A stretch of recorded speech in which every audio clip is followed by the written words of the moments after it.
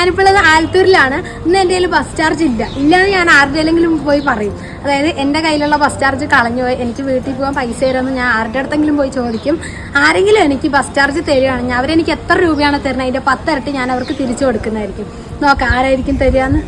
അങ്ങനെ ഞാൻ നേരെ നടന്നപ്പോൾ അവിടെ ചായക്കടയുടെ അടുത്ത് ഒരു പ്രായമായ ഒരു അച്ഛൻ ഇരിക്കുന്നുണ്ടായിരുന്നു. അങ്ങനെ ഞാൻ ആ അച്ഛനോട് പറഞ്ഞു, അച്ഛൻ എൻ്റെ പേഴ്സ് കളഞ്ഞു, എനിക്ക് വീട്ടിലേക്ക് പോകാൻ ബസ്സിന് കാശില്ല, പൈസ തരുമോ ചോദിച്ചപ്പോൾ ആ തരാം മാനേന്ന് പറഞ്ഞിട്ട് എനിക്ക് 20 രൂപ എടുത്തു തന്നു. ഇങ്ങനെ ആരെങ്കിലും ഒക്കെ ഒന്ന് കൊടുക്കുവോ കയ്യിലുണ്ടെങ്കിൽ?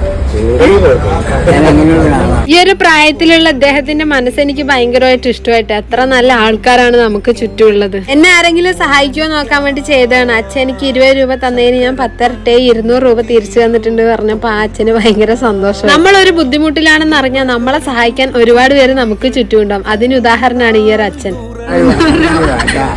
എന്റെ മകന് നല്ലതേ വരുള്ളൂ എന്ന് പറഞ്ഞ് എന്നെ അനുഗ്രഹിക്കുകയും ചെയ്തു.